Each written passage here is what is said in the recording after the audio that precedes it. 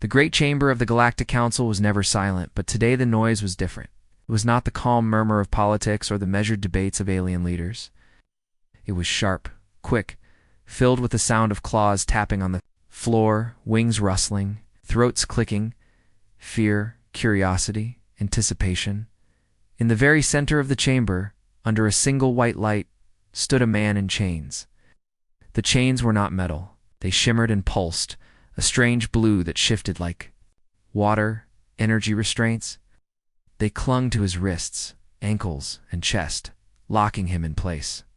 The alien guards kept their weapons pointed at him, though everyone knew the restraints alone could crush his bones if he tried to move. Commander Elias Kane, to the Council. He was the human dog, a name meant to insult him. To Earth, he was a hero. He'd been the first human to fly through the Council's jump gates without permission. The first to negotiate trade deals with species humans barely understood.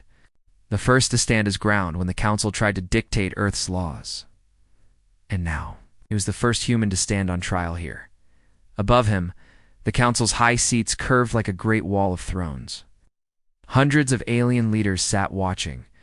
Some had glowing eyes, others had too many eyes to count. Some had smooth, unreadable faces. Others snarled openly, eager for the verdict. The High Speaker, a tall, insect-like figure whose body shimmered with gold, tapped a claw on the stone before speaking. Commander Elias Kane. The voice boomed through the chamber, translated into hundreds of languages at once. You are charged with high violations of Council law, trespassing in forbidden sectors, theft of classified technology, and the gravest offense. The High Speaker's antennae curled slowly toward the human. Instigating rebellion among Council members against the rule of this body, Kane did not flinch. His eyes scanned the crowd, meeting the gaze of creatures that towered over him, that could crush him, that wanted him erased. His face was calm, but inside, his heart beat like a war drum. He knew this was not a real trial. He had known from the moment the Council's guards dragged him from the diplomatic ship. This was theater. The decision had been made before the first word was spoken. The penalty for these crimes, the High Speaker said, is death. Gasps rippled through the chamber, not of surprise, but of satisfaction. This was what they had come for. A show. A warning to all humans: defy the Council and you will be destroyed. One of the Council members, a scaled creature with deep green eyes, leaned forward. Why waste time with words? Execute him now. But another, a smaller, fur-covered alien with a voice like gravel, clicked its teeth. Let him speak. Let us hear the human explain his actions before the sentence. The High Speaker tilted its head as if weighing the value of the entertainment. Then it nodded. You may speak, Commander. Your final words. The chamber went still. All eyes locked on him. The guards tightened their grips on their weapons. Kane slowly lifted his head. His voice was steady, low, but it carried through the room. You call me the human dog, he said. You think that means I am loyal to Earth, and only Earth? You're right, but you made a mistake. You think loyalty makes me weak. Some of the aliens hissed at the challenge in his tone. You call this justice, Kane continued, but this is not justice. This is fear. You fear what Earth will become. You fear that one day humans won't just sit at the edge of your great council and nod politely. He let his gaze sweep across the high seats. You're right about that too. The High Speaker clicked its claws sharply. Enough, guards, but Kane's voice cut over them. I have only one message for my people. For a brief second, his eyes seemed to look directly through the cameras that floated above the chamber, streaming the trial across dozens of worlds. Tell Earth, he said, open the gates. The words hung in the air. Many aliens didn't understand. Some whispered, wondering if it was code. Others dismissed it as meaningless. The High Speaker gave the order. 2 guards stepped forward, their weapons glowing.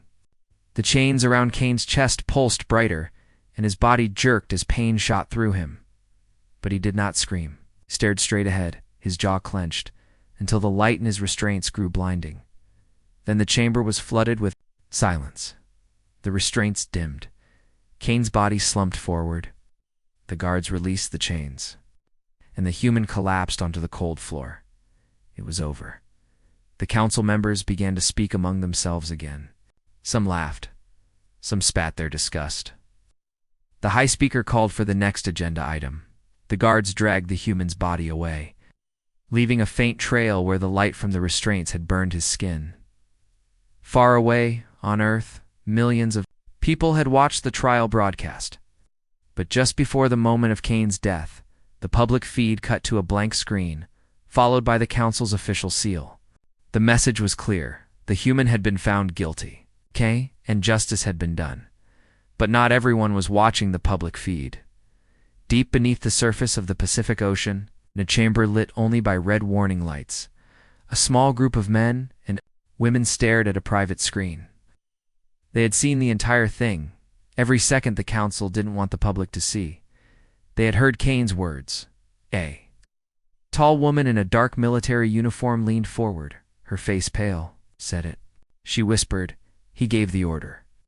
The man beside her, his voice gravelly with age, didn't look away from the screen. We always knew this day would come. Start the sequence. The woman hesitated. Are you sure? Once we do this, the man said, they'll finally understand that Earth is not theirs to control.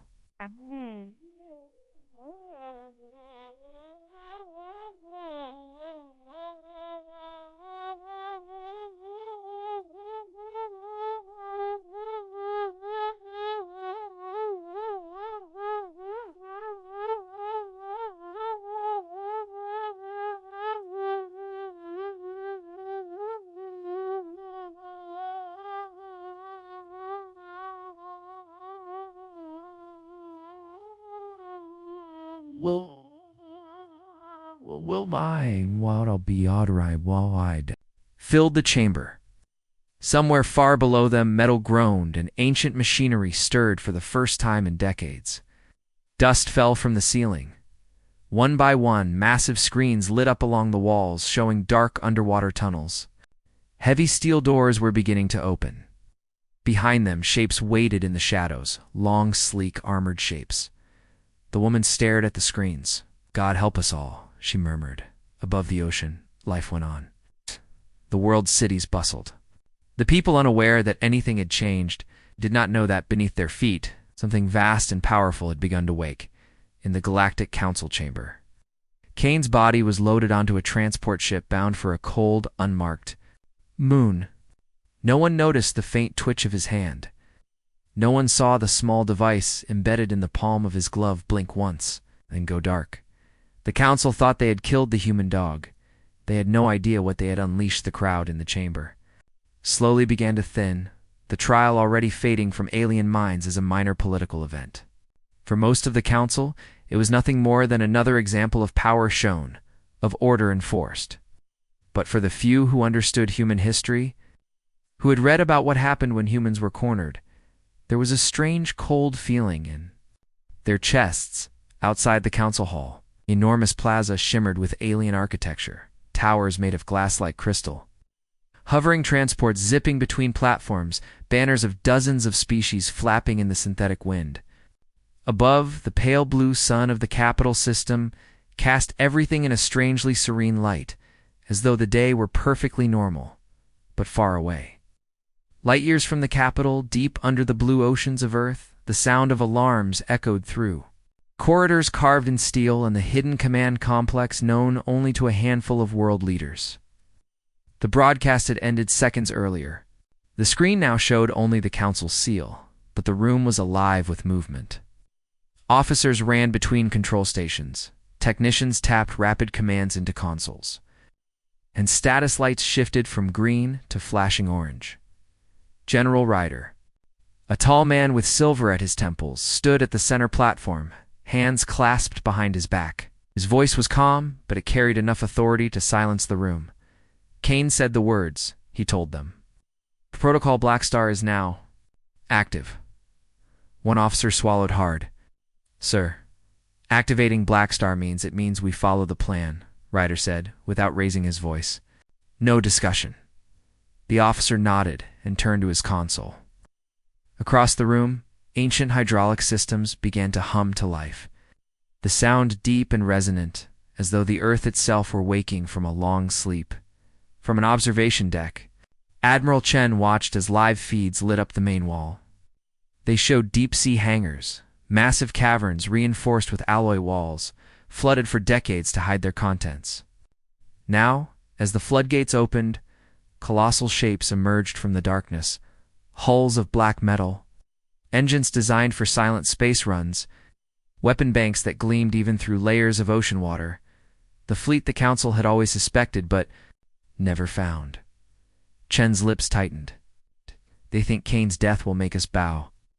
They have no idea they've just given us reason to stand. Meanwhile, on the moon where Kane's body was to be taken, the prison transport glided silently through empty space.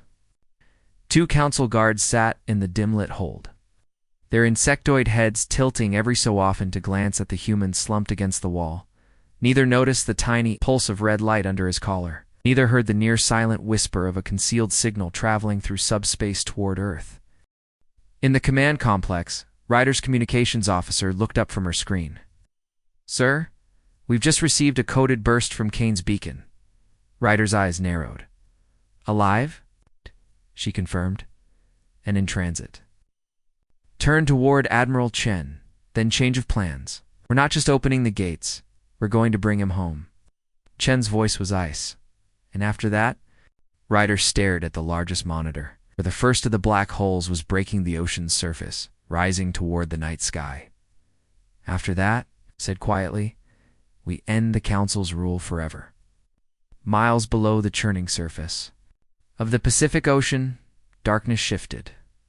The last of the massive blast doors groaned as it opened, sending a cloud of trapped silt swirling through the black water. For decades, these gates had stayed shut, holding back something the rest of the galaxy believed did not exist. Now, they yawned wide, like the jaws of some deep-sea predator. Revealing the first shapes of Earth's hidden war fleet, the lead vessel emerged slowly, pushed upward by silent thrusters. Its hull was a seamless expanse of matte black armor, built to absorb and scatter scans.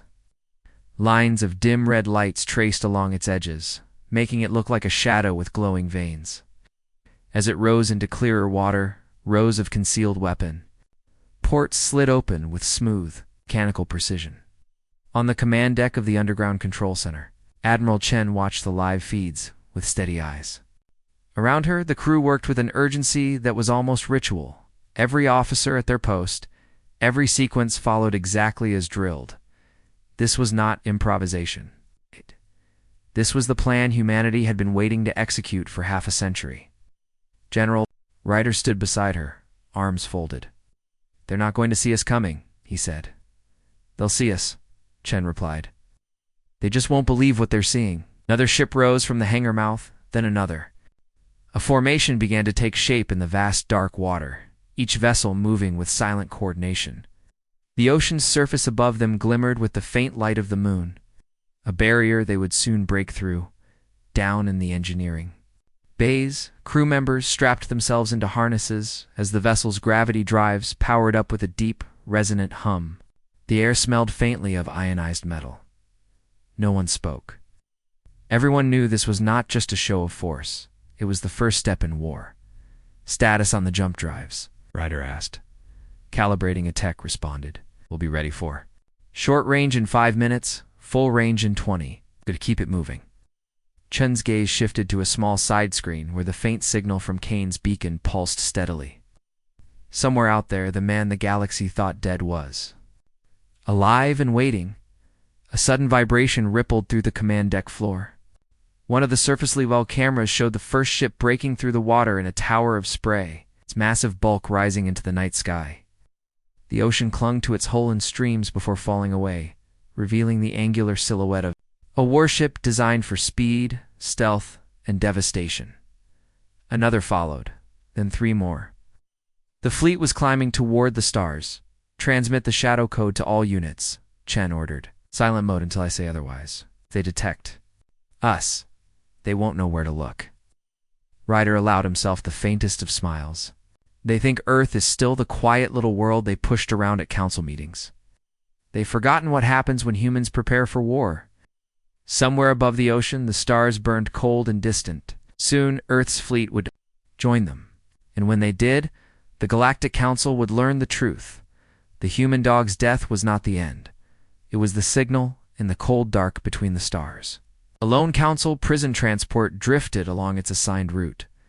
Its hull gleamed silver under the light of a distant sun, engines pulsing with a steady, unhurried rhythm. Inside, the air was stale and quiet. It's broken only by the faint hum of the ship's systems. Two insectoid guards sat opposite each other. In the holding bay, their multi-lensed eyes half-closed in boredom. The only other presence in the room was a sealed stasis pod bolted to the floor. Frost curled along its edges, and a faint mist escaped the vents with each slow hiss. Inside that pod was what the council called evidence of justice served. The lifeless body of Commander Elias Kane, or so the guards believed. They didn't notice the almost invisible flicker of light in one corner of the pod's status panel. They didn't hear the whisper of a signal sent through a frequency. So, old and obscure, it no longer appeared in the council's official databases. But somewhere far from this transport, deep under Earth's oceans, Admiral Chen's communications officer saw it. "Admiral Kane," the officer said, voice low but urgent. "Kane's beacon is active."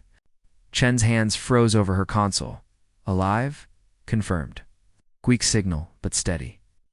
In the same instant, hundreds of miles above the Pacific, Earth's first stealth frigate in decades broke through the atmosphere, its hull absorbing both radar and light. The ship's black frame was nearly invisible against the void, only its running lights flashing faintly for the benefit of its own fleet. "General," Edder's voice came through on the secure channel. "Target is the prison transport. I want interception before they reach the Jora Gate. No contact unless absolutely necessary, but if they fire first, we end them." The stealth frigate's captain acknowledged the order, his crew already plotting the intercept vector. They were close enough to slip in under the transport's sensor range, but timing would be everything. If they moved too soon, the council's escorts would swarm them. Too late, and Kane would vanish into a fortress, world no human could touch. Back in the holding bay of the transport, one of the guards lazily tapped the pod's panel, checking the readouts. Vitals. None. The translation module buzzed in their rough language. Alien. Satisfied, the alien leaned back. Claws folded. They didn't see Kane's fingers twitch inside the pod. Minutes later, the prison transport's navigational console flickered, showing a brief, unexplainable distortion in the space ahead. The pilot frowned, adjusting course, but the flicker came again, this time much closer. Then a shadow appeared. The stealth frigate slipped out of its camouflage like a predator emerging from darkness. It held position just meters from the transport, its weapons silent but primed. For a heartbeat, neither ship moved. Inside the frigate's command deck, the captain leaned forward. "We have one chance. Drop jammers. Lock onto the pod." The moment the jamming field went active, alarms shrieked. In the transport, the insectoid guards jumped to their feet, chittering in panic. As the stasis pod's magnetic locks disengaged with a deep metallic thud, the last thing they heard before the bay filled with blinding white light was a voice crackling over there. "Comes human, calm and defiant. Stand down, insects. Kane is coming home." The blinding white light faded, and the sound of rushing air filled the transport's holding bay. When the guard's vision cleared, the stasis pod was gone. In its place, a gaping hole burned through the transport's hull, edges sealed by a rapid molecular patch fired from the human frigate to keep the bay from venting entirely. The council guards stood frozen, claws twitching in confusion and rage.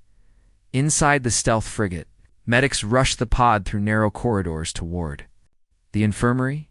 The moment the lid hissed open, frost spilled across the deck, and Kane's face appeared pale, lips slightly blue, but very much alive.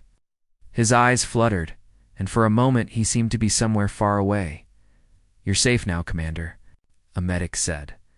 Kane's gaze sharpened almost instantly. His voice was hoarse but steady. "No, I'm not. None of us are." On the command deck, the captain opened a secure channel to Admiral Chen. "Package recovered. He's alive." Chen's reply came quick, almost relieved, but her tone carried the weight of urgency. "Get him stable and bring him in. No detours." Minutes later, Kane stood in the briefing room, still wearing the Council's prison restraints around his wrists. Chen and Ryder were there, waiting.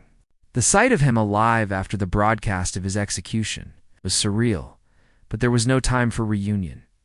"They didn't kill me," Kane began, voice low. "It was a show. Lie meant to hide something worse." Ryder narrowed his eyes. "Worse than an execution. They're coming for Earth," Kane said simply. "Not in some slow political takeover. Full invasion. Within weeks." The room went silent. Kane reached into the pocket of his torn Council-issued tunic and placed a small, crystalline shard on the table. "This is what I took from them. Part of the activation sequence for a weapon older than the Council itself. They fear it more than anything else, enough to risk war to get it back." Chen leaned forward. "And the other part of the sequence?" Kane's eyes darkened, hidden in the Galactic Capital. "Deep in their vaults, if we have it, we control the weapon. If they have it, Earth burns." Ryder straightened, already moving toward the tactical display. "Then we don't wait for them to bring the fight to us. We take the fight to them." Kane allowed himself the faintest smile. "That's why I told you to open the gates. The fleet isn't just for defense. Outside the stealth frigate's viewports, the rest of Earth's hidden armada was already moving into formation. The black shapes slipped through the void in silent lines, their hulls vanishing against the backdrop of space." Kane turned toward the stars, his voice almost a whisper. "This isn't just a rescue mission anymore. This is the beginning of the end for the Council." The Galactic Capital was unlike anything most humans could imagine. A world wrapped in layers of cities stacked one on top of another, lit by millions of drifting light orbs. Towers rose like glass spires, their tips lost in the haze of the planet's upper atmosphere. Skyways threaded between them, crowded with alien transports shaped like wings, disks, and twisting spirals. From the outside, it looked like a world of perfect order. From the inside, it was a fortress.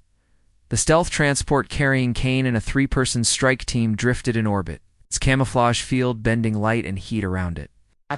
Inside, the team suited up in custom armor matte black with panels that could shimmer to mimic the colors and textures around them. At a glance, they would look like just another patrol of alien enforcers. Admiral Chen's voice came over the comms. "You have 30 minutes from insertion to retrieval. After that, the Council's patrol cycles change, and you'll be boxed in. Get the codes and get out." Kane nodded once. Understood. The transport slipped into the planet's dense traffic lanes, sliding between lumbering freighters and darting shuttles until it reached a cargo port. Ow. There, the team disembarked, moving with the same stiff, precise steps as the alien soldiers they were imitating.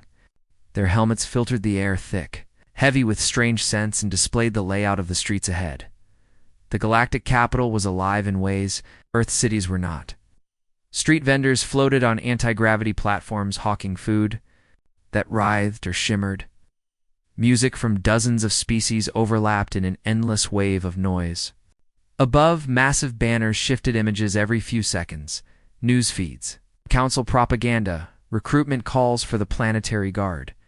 But Kane saw more than just the spectacle. He saw the security drones gliding overhead, the scanning pylons at every intersection, and the guards in armored exosuits posted on rooftops.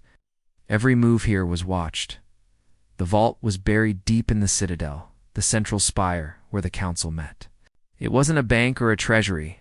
It was a containment site for artifacts too dangerous to destroy, too valuable to risk losing. The team moved through the streets in tight formation, blending with a squad of real enforcers. When Kane slipped a small jammer into the scanning field of a security gate, momentarily blinding its sensors as they passed through. Inside the citadel, the architecture changed. The walls were smooth and seamless, the lighting dim, the air cooler. The noise of the city faded until only the faint hum of the Citadel's systems remained. They reached a circular chamber with a single reinforced door at the far end. Alien. Script glowed faintly above it, a warning about restricted access.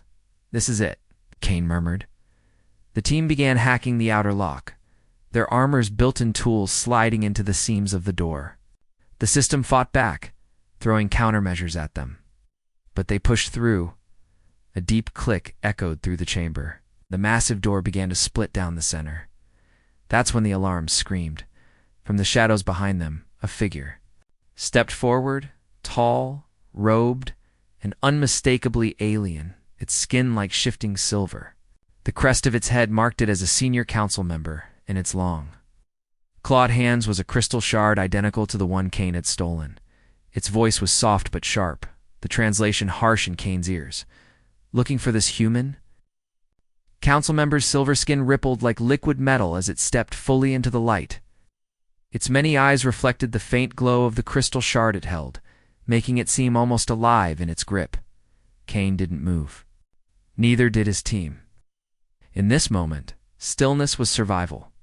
"You've caused quite a storm," the alien said, its tone almost conversational. "Your little death act was clever. But did you think we wouldn't know you'd come for the rest of the codes?" Kane's gaze dropped briefly to the shard, then back to the council member's eyes. "If you knew I'd come, then you know I won't leave without it." The alien's thin mouth curved, not a smile, more like a fracture.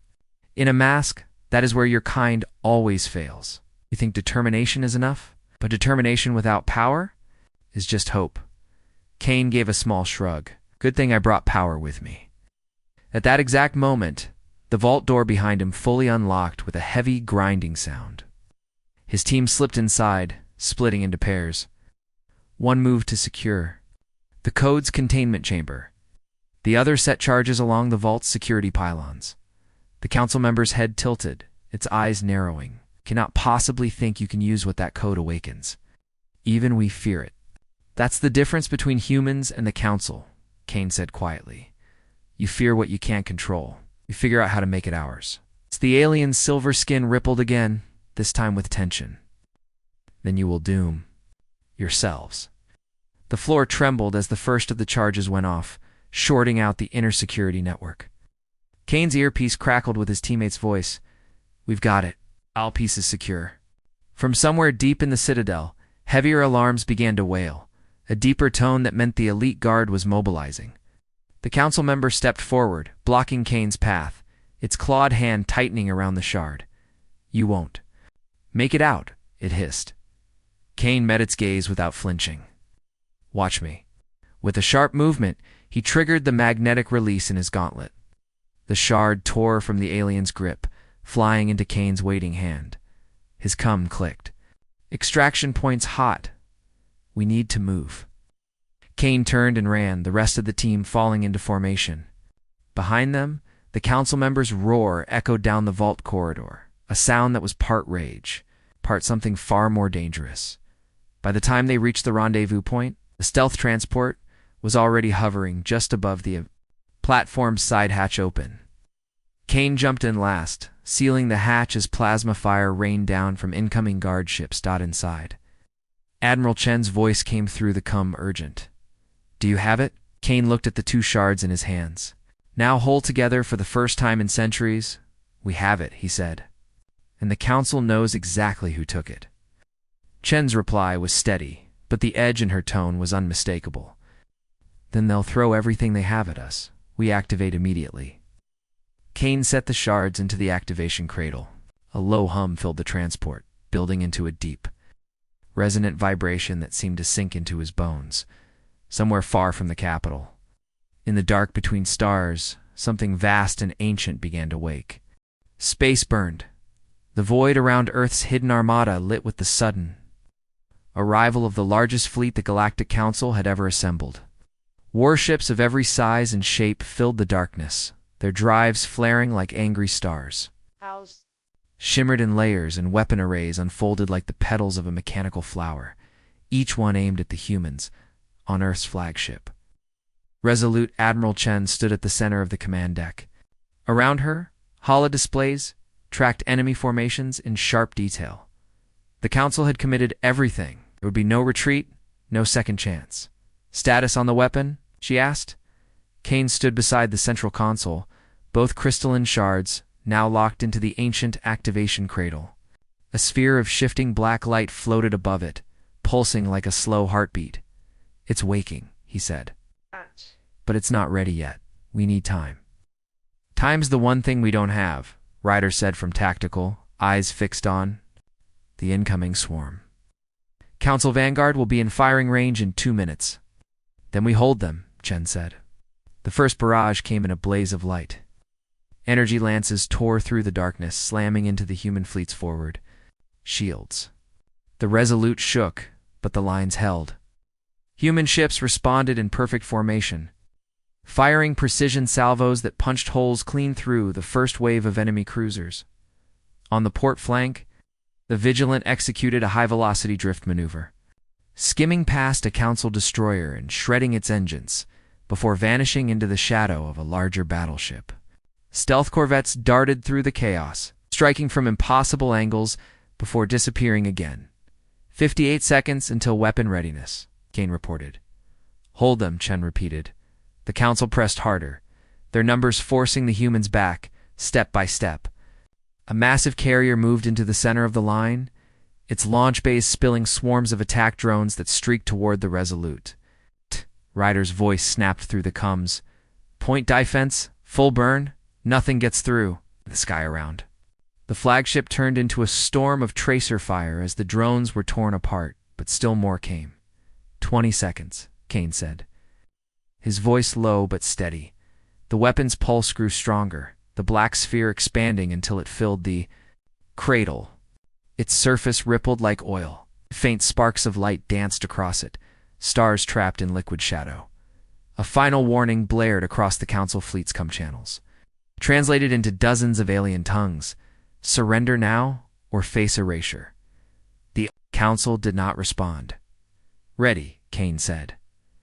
Chen's eyes locked on the enemy flagship, a colossal vessel at the heart of the formation. Fire. The sphere released its energy in total silence. A wave of darkness expanded outward, swallowing light, swallowing color, swallowing the very idea of matter.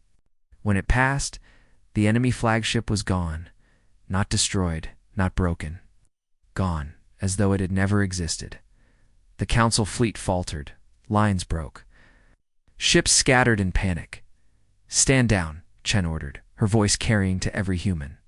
"Vesa, we've made our point." Kane stood at her side, watching the chaos beyond the viewport. "This battle's over," he said quietly, "but they won't forgive this. The real war starts now." Chen didn't look away from the stars. "Then we'll be ready." In the darkness, the weapon pulsed once more, almost like it was listening.